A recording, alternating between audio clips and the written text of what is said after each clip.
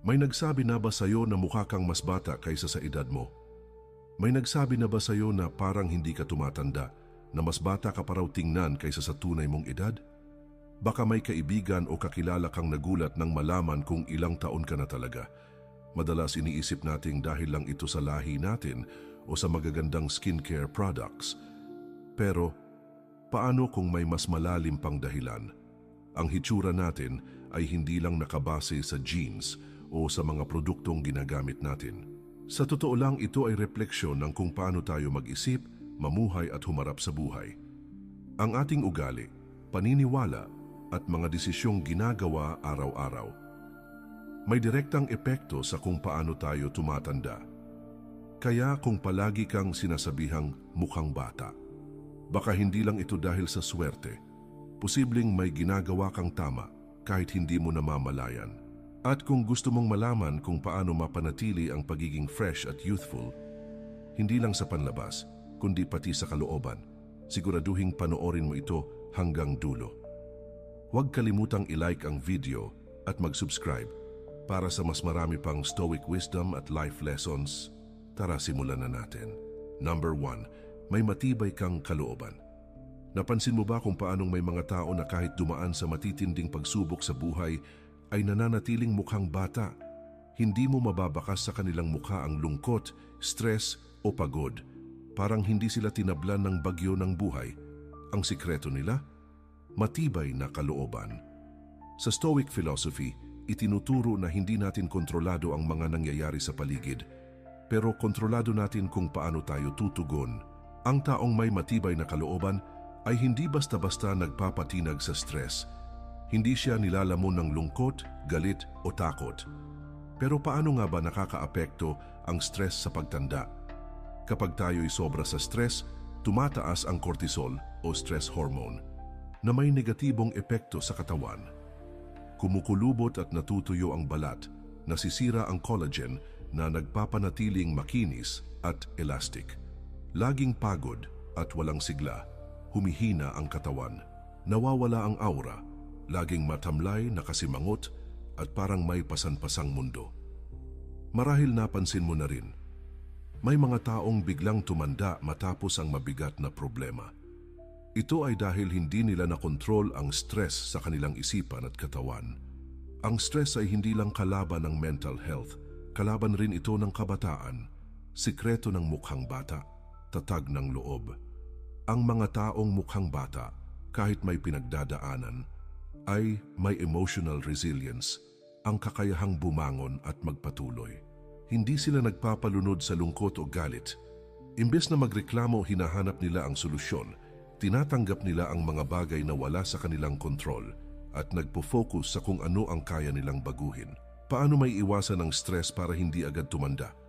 Kung nais mong manatiling mukhang bata, hindi lang katawan ang dapat alagaan, kundi pati isipan at damdamin. Narito ang ilang Stoic-inspired tips. 1. Huwag dibdibin ang problema, gawin ang kaya mong solusyonan. Tanggapin ang hindi mo kayang baguhin. 2. Maglaan ng oras para sa sarili. Gawin ang mga bagay na nagbibigay sa iyo ng kapayapaan tulad ng paglalakad, journaling o meditasyon. 3. Matutong magpasalamat. Ang taong marunong magpasalamat ay hindi madaling talunin ng stress. Gratitude shifts your focus from what's lacking to what's already enough. 4. Piliin ang mga laban. Hindi mo kailangang patulan ang bawat argumento o problema. Minsan ang tunay na lakas ay ang kakayahang palagpasin ang hindi mahalaga.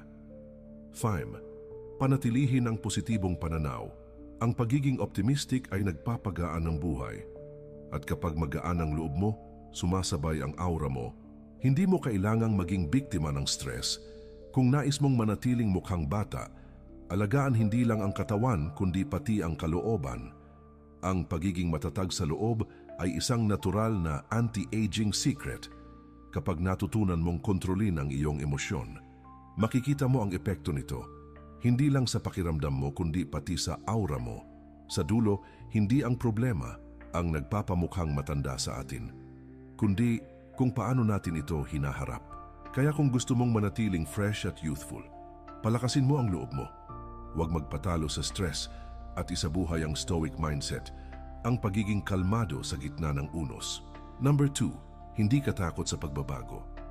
Napansin mo ba kung paanong may mga tao na kahit tumanda na ay parang hindi kumukupas, laging masigla, parang laging may bagong inaabangan sa buhay, may drive, may energy, may kislap sa mata. Ang sikreto nila, hindi sila takot sa pagbabago. Samantalang ang iba kahit mas bata pa sa kanila, ay tila ba pagod na sa buhay. Laging may reklamo, parang nawalan ng gana at ramdam mong mabigat ang loob nila. Bakit ganon? Dahil takot silang magbago. Ang pagyakap sa pagbabago ay sekreto ng kabataan. Ang pagiging bukas sa pagbabago ay isa sa mga lihim kung bakit nananatiling bata ang isang tao. Hindi lang sa itsura kundi sa damdamin at isipan. Ang taong handang sumubok ng bago, tumanggap ng hamon, at mag-adjust sa mga sitwasyon ay nananatiling buhay ang diwa. Kahit tumatanda ang katawan, ang isip ay nananatiling bata. Palaging may natututunan. Laging may bagong ginagawa. Hindi madaling panghinaan ng loob. Mas madali silang sumaya at ma-excite kasi bukas sila sa bago. Kapag active ang isip at bukas ang puso, mas nagiging makulay at masaya ang buhay. At yan ang totoong nagpapabata. Takot sa pagbabago is equals to mabilis na pagtanda. Kapag iniwasan mo ang pagbabago, para mo na ring isinara ang pinto sa mga bagong karanasan, unti-unting nababawasan ang sigla. Ang katawan ay nagiging matamlay. Ang pananamit, kilos at kaisipan ay naninigas. Hindi na sumasabay sa takbo ng panahon. Ang taong takot magbago ay laging stressed. Hindi nila tanggap kapag hindi nila kontrolado ang sitwasyon at ang pakiramdam nila. Parang tapos na ang buhay. Kapag naiwan ka sa nakaraan, unti-unti kang napag-iiwanan ng buhay. At hindi mo namamalayang pati ang hitsura mo, napapagal na rin. Ang pagbabago ay natural, yakapin mo ito. Lahat nagbabago, tao, panahon, sitwasyon. Walang permanente sa mundo maliban sa pagbabago mismo. Kung patuloy mong lalabanan ito, mas lalo ka lang mahihirapan. Pero kung matututo kang sumabay, mag-adjust at tumanggap, mas gagaan ang daloy ng buhay. Ang kakayahang mag-adapt ay hindi kahinaan. Ito ay isang superpower. Kapag kaya mong sumabay sa agos, hindi ka basta-basta natitinag ng unos. Paano matutong tanggapin ang pagbabago? Kung gusto mong manatiling fresh, masaya at mukhang bata, simulan mo sa mga simpleng hakbang. 1. Subukan ng bago. Maliit man o malaki, bagong hobby, bagong ruta, bagong routine. Ang novelty ay nagpapasigla sa utak. 2. Huwag matakot sa pagkakamali. Bawat bago ay may learning curve. Hindi kailangang maging perpekto agad. 3. Makinig sa iba't ibang pananaw. Hindi porket iba ang ideya ay mali na agad. Minsan sa iba tayo may mas matututunan. 4. Tanggapin na hindi lahat ng bagay ay kontrolado mo. Sa halip na pigilan ang pagbabago, hayaan mong dalhin ka nito sa bagong direksyon. Ang pagbabago ay hindi kalaban. Ito ang susi ng buhay. Kung gusto mong manatiling bata, huwag kang matakot magbago. Ang pagiging flexible ay hindi lang nakakapagpanatili ng mental health. Ito rin ay nagbibigay ng positibong energy sa buong pagkatao mo. Bitawan ang nakaraan, yakapin ang kasalukuyan, at harapin ang bagong bukas na may tapang at pananabik. Sa huli, ang pagbabago ang magdadala sa iyo sa mas makulay, mas masaya, at mas makabuluhang buhay. Number 3, palaging mausisa ang iyong kaisipan. Napansin mo ba na may mga taong kahit may edad na ay parang laging bata pa rin? Laging masigla, laging may kinang sa mata. Parang laging may bagong natutuklasan sa mundo. Ang sikreto nila, hindi sila tumitigil matuto. Palagi silang mausisa, palaging nag-e-explore, palaging may tanong sa isipan. Sa kabilang banda may mga taong kahit bata pa ay tila ba mabilis tumanda, walang sigla. Matamlay ang kilos at parang wala nang gana sa buhay. Bakit? Dahil nawala na ang kanilang pagkamausisa. Nawala na ang pagkagusto nilang matuto. Ang mausisang kaisipan ay sekreto ng sigla. Ang taong laging bukas sa bagong kaalaman ay may mas matalas na isip, mas masayang pananaw, at mas buhay na espiritu.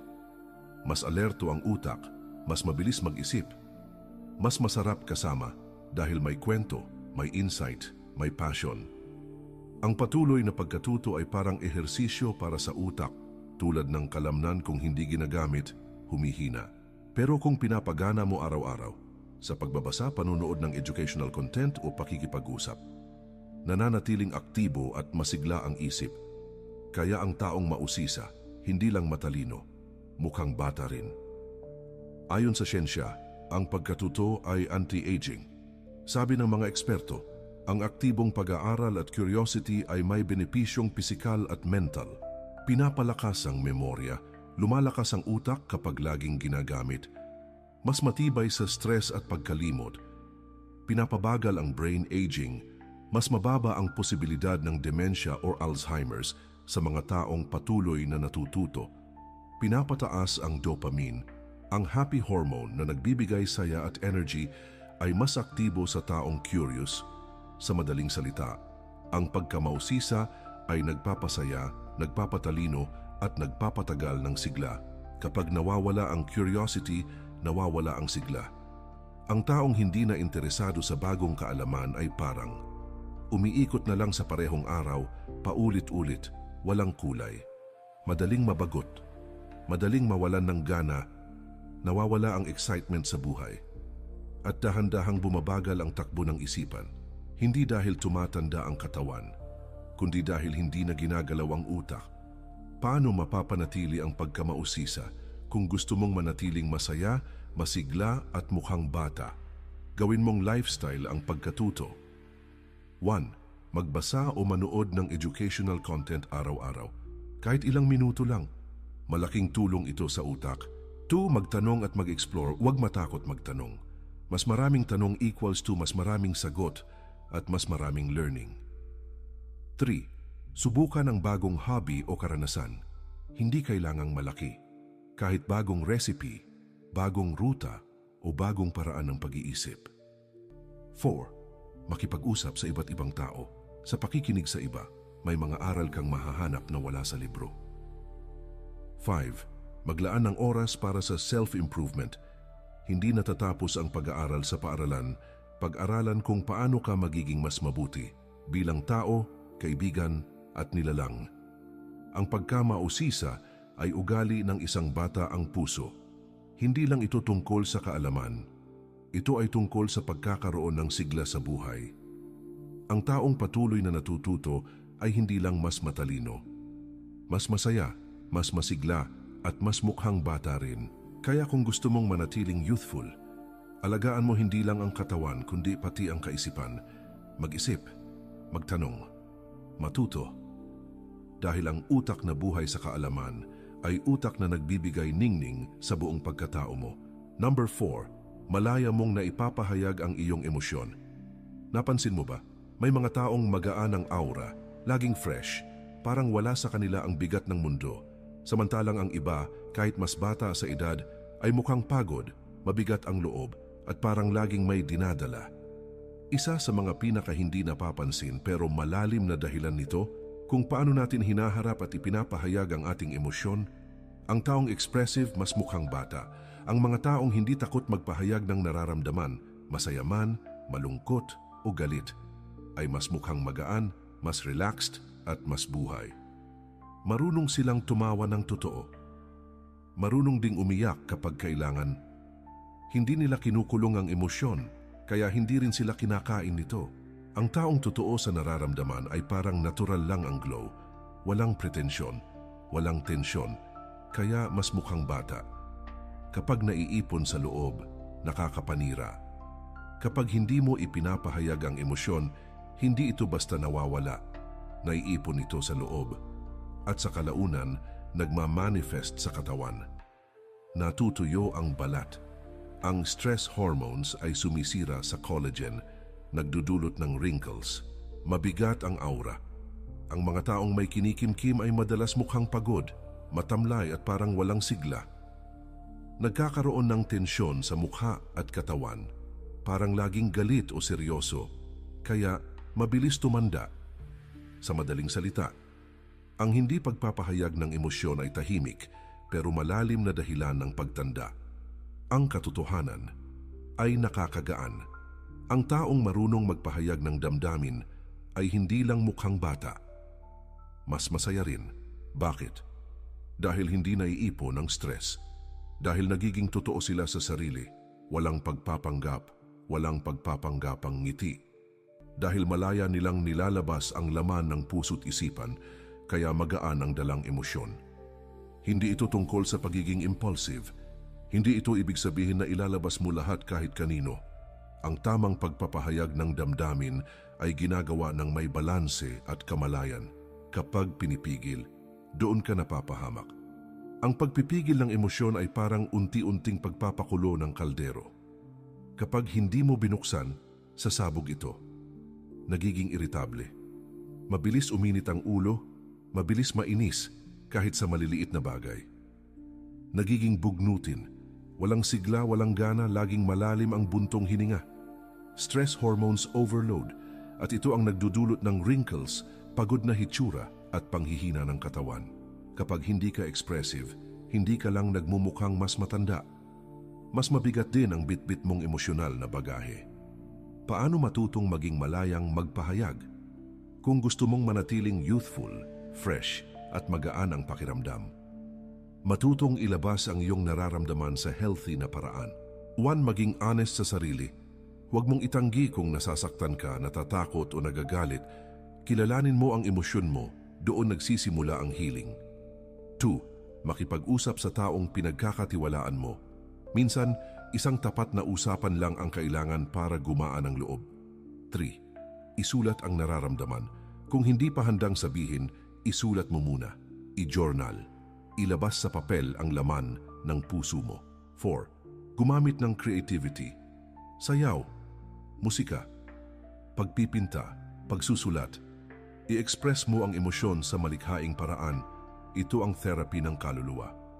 5. Huminga at mag-relax. Ang meditation at deep breathing ay simple pero makapangyarihang paraan para i-release ang tensyon. Ang emosyon kapag malaya ay nagbibigay sigla. Ang pagiging mukhang bata ay hindi lang dahil sa skincare o diet. Konektado ito sa kung paano mo dalhin ang sarili mo emotionally. Kapag hindi mo kinukulong ang emosyon, mas masaya ka, mas magaan ang pakiramdam, mas may ningning ang mukha mo. Kaya kung gusto mong manatiling fresh, huwag mong ipunin ang nararamdaman. Maging totoo sa sarili, magsalita kung kailangan, di umiyak kung masakit, tumawa kung masaya. Dahil ang taong malayang nagpapahayag ng emosyon ay hindi lang mas mukhang bata, mas puno rin ng buhay. 5. Pinapalibutan mo ang sarili mo ng positibong enerhiya. Napansin mo ba? Ang mga taong laging kasama ang mga toxic na tao ay parang laging pagod. Mabigat ang loob, mabigat ang aura, parang walang glow, walang sigla. At madalas, mas mabilis silang tumanda o hindi ito aksidente. Ang mga taong lagi mong kasama ay unti-unting nagiging bahagi mo. Ang enerhiya ng ibang tao nakakahawa. Kapag ang paligid mo ay puno ng stress, reklamo at drama, madali kang maubos. Parang virus ang negativity. Hindi mo man ito pinapansin, naaapektuhan ka pa rin. Unti-unti, bumibigat ang pakiramdam. Kahit wala ka pang ginagawa, drained ka na. Ayon sa pag-aaral, ang toxic environment ay may direktang epekto sa katawan. Tumataas ang cortisol o stress hormone. Nagkakaroon ng wrinkles, pagod na hitsura at mabigat na enerhiya. Mas tumataas ang posibilidad ng anxiety, depression at sakit sa katawan. Hindi mo man napapansin agad pero ang mga taong lagi mong kasama ay may epekto sa kung gaano ka kabilis tumanda. Positibong enerhiya nakakabata. Ngunit pansinin mo rin ang mga taong parang laging fresh, masayahin at puno ng sigla. Hindi sila perpekto pero napapalibutan sila ng positibong enerhiya. Kasama nila ang mga taong nakaka-inspire, hindi nakaka-drain. Alam nila kung kailan lumayo sa gulo at kung kailan magstay sa peace. Pinipili nila ang mga taong nagpapagaan ng buhay, hindi nagpapabigat. Ayon sa siyensya, ang positive social environment ay may mga benepisyo. Mas mababa ang stress hormones, mas maganda ang mental health at emotional balance, mas malakas ang immune system, at mas mataas ang serotonin at oxytocin, mga happy hormones na nagpapasaya at nagpapasigla. Sa madaling salita, ang good vibes ay nakakabata. Paano mo mapapalibutan ang sarili mo ng positibong enerhiya? Kung gusto mong manatiling mukhang bata at masaya, hindi lang healthy food at skincare ang solusyon, kailangan mo ring i-curate ang paligid mo. Narito ang ilang paraan. 1. Iwasan ang toxic. Kapag may kakilala kang laging nagdadala ng reklamo, inggit o drama, bawasan ang oras sa kanila. Protektahan mo ang peace mo. 2. Piliin ang may good vibes. Makisama sa mga taong may positibong pananaw, may goals at may malasakit. Yung mga taong kahit simpleng kwentuhan nakaka-energize. 3. Pakinggan ang epekto nila sa'yo. Kapag may taong laging nakakapagpabigat sa'yo, pansinin mo yon. Baka oras na para lumayo o maglagay ng boundaries. 4. Ikaw mismo maging source ng good energy. Kung gusto mong makasama ang magagandang tao, maging isa ka rin sa kanila. Ang energy mo ay magnet. Kapag masaya at positibo ka, dadami ang taong gusto kang makasama. 5. Ayusin ang physical space mo. Ang paligid ay may energy din. Linisin ang kwarto mo. Makinig sa music na uplifting. Gumawa ng mga bagay na nagpapasaya sa'yo. Hindi laging tao ang toxic. Minsan ikaw rin. Kaya mahalaga ring tanungin ang sarili. Ako ba'y nagpapasigla o nagpapabigat sa iba? Kung gusto mong makasama ang mga positibong tao, magsimula sa sarili. Baguhin ang mindset. Magpasalamat. Magsaya sa maliliit na bagay. Ang positive energy ay fountain of youth. Ang tunay na kabataan ay hindi lang sa pisikal na anyo. Ito ay nasa kalikasan ng iyong isip at damdamin. Kapag magaan ang loob mo, nagre-reflect ito sa mukha mo. Kapag masaya ang environment mo, nagiging bata ang energy mo. Kapag pinili mong maging mapayapa, positibo at bukas sa mabubuting tao, doon mo mararamdaman ang totoong kabataan. Kaya kung gusto mong manatiling fresh, light at puno ng sigla, palibutan mo ang sarili mo ng good energy mula sa mga tao, sa lugar at sa sarili mong mindset. Dahil ang taong puno ng positibong enerhiya ay hindi lang mas mukhang bata, mas masaya rin ang buhay. Number 6, nabubuhay ka ng may passion at layunin. Mapapansin mo agad. Ang taong may inspirasyon at layunin sa buhay ay parang laging may sigla. May ningning ang mga mata, may ngiti kahit pagod. Parang hindi sila natatablan ng stress o pagod. At hindi ito dahil sa swerte. Ito ay dahil alam nila kung bakit sila bumabangon bawat araw. May direksyon ang kilos, may apoy sa puso. Samantalang ang taong walang layunin o passion, madalas ay parang laging pagod, lutang o matamlay. Paulit-ulit ang araw, pero walang saysay ang kilos. Parang nabubuhay lang para mabuhay, hindi para maging buhay. Bakit nakakabata ang passion at layunin? Simple. Kapag may silbi ang bawat araw, may lakas kang hinuhugot mula sa loob. Ang passion ay nagbibigay ng natural na motivation at energy. Laging aktibo ang isip dahil laging may gustong matutunan o marating. Ang katawan ay sumasabay sa galaw ng inspirasyon. Ang mukha ay nagliliwanag dahil sa saya at fulfillment. Hindi mo kailangang pilitin maging masaya dahil ang passion mo ang nagsisindi ng liwanag sa loob mo at iyon ang lumalabas sa aura mo. Ayon sa siyensya, ang taong may passion ay mas mataas ang dopamine at serotonin, hormones ng kasiyahan. Mas malinaw mag-isip, mas maliksi ang katawan, mas malakas ang immune system at mas mababa ang stress. Sa madaling salita, ang passion ay natural na anti-aging formula. Kapag wala kang passion, nawawala rin ang buhay sa mukha mo.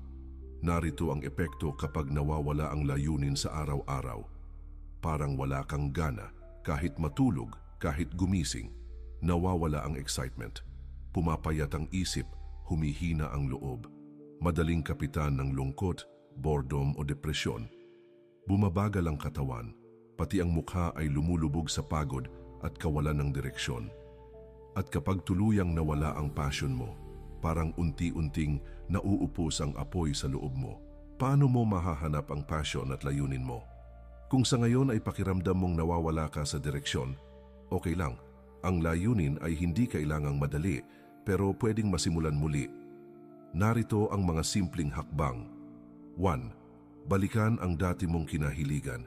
Ano ang mga bagay na minsan ay nagpapasaya sa'yo? Musika ba yon? Pagsusulat? Pagluluto? Minsan, Ang luma mong hilig ay ang tunay mong passion. Kailangan mo lang itong muling buhayin. Subukan ang bago. Minsan ang tunay mong passion ay nasa bagay na hindi mo pa nasusubukan.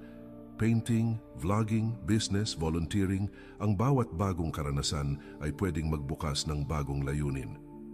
3. Makisama sa mga taong may inspirasyon. Ang passion ay nakakahawa.